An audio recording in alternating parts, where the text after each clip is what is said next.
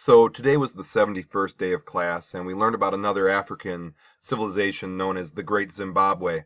And before we talk about the Great Zimbabwe, let's take a step back to yesterday's class about Ghana, Mali, and Songhai. And these African civilizations were on the northern portion of the continent and was along the trans-Saharan trade route to the north.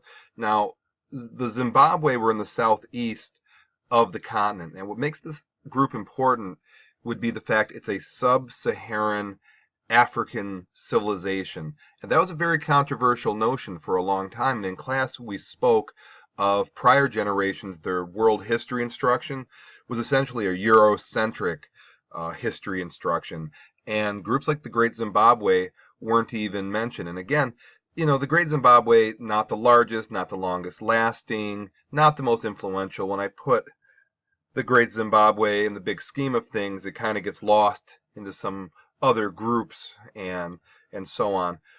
But the Great Zimbabwe showed that there was solid civilization in sub-Saharan Africa. And even in modern times, a few decades back, white colonialists wanted historians to say this wasn't true, that that's not the case, but it was the case. So just some basic nuts and bolts, and this is rough estimates. The Great Zimbabwe was around for 350 years, from about 1250 to 1600, give or take. And again, this is not etched in stone. This is based on the archaeological evidence that is there. It was the largest sub-Saharan empire up to that point. And you can see on the geohistogram, it's not as big as Ghana, Mali, and Songhai, but it's the largest south of the Sahara Desert. And it was an interesting way they structured themselves, and it's not that different than the world today. Now, in the world today, we have the elites, the wealthy, the very privileged at the top, and then we have some middle, and then we have some people on the bottom. Now, in the Great Zimbabwe culture, there was a group of people who lived in the Great Enclosure, which was this structure, and these walls were enormous. 250 meters around, 36 feet high. That's like six of me on top of each other. And the wealthiest among the Great Zimbabwe, they ate better, they had better protection, they had some advantages because of their wealth. And then there was the Valley Complex, where you didn't have as much space, the accommodations weren't as good, and that's where the regular schlubs lived. And then there was a hill complex as well. So their society was structured where there was the haves, the mediums, and the have-nots, which isn't all that different than now.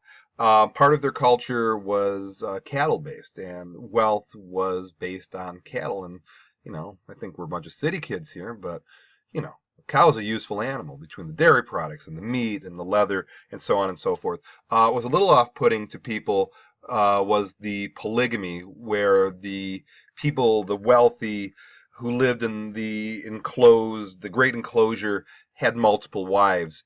And obviously we don't do that today, but a little bit of a different culture. But I think what really sets them apart would be their trading. And yesterday and the day before, we learned about the gold and the salt that was passed along the Trans-Saharan Trade Network. Now, because the Great Zimbabwe was in the southeast portion of the continent near the Indian Ocean, that's where they did their thing. And there's archaeological evidence to show that they were interacting with China, with India. China porcelain, Ming items were found in the Great Zimbabwe's Great Enclosure. They found jewels that came from India. Again, India had a wealth of gems and jewels that were passed back and forth. So the Great Zimbabwe were the masters of this trade route, which is a very complex item. So between the structure of enormous walls and between the elaborateness of the trade networks, this was a very advanced group of people. And I want to talk about bias real quick, where African history was very much diminished in the world story until fairly recently. What I teach students is not my choice. How I teach it's my choice, but what are something called high school content expectations. It's only been in recent years that the high school content expectation, what we need to teach students, included African history. And there was significant civilization in sub-Saharan Africa, the Great Zimbabwe. And I want to show you a picture instead of this geohistogram. And this is an illustration by Tayo Fatunia, if I got that right. Be honest with you, I'm not really concerned about the name, but I am concerned about the picture because I think a picture does say 1,000 words, and this is a illustration that is demonstrating life in the Great Zimbabwe. I want to point out a few things.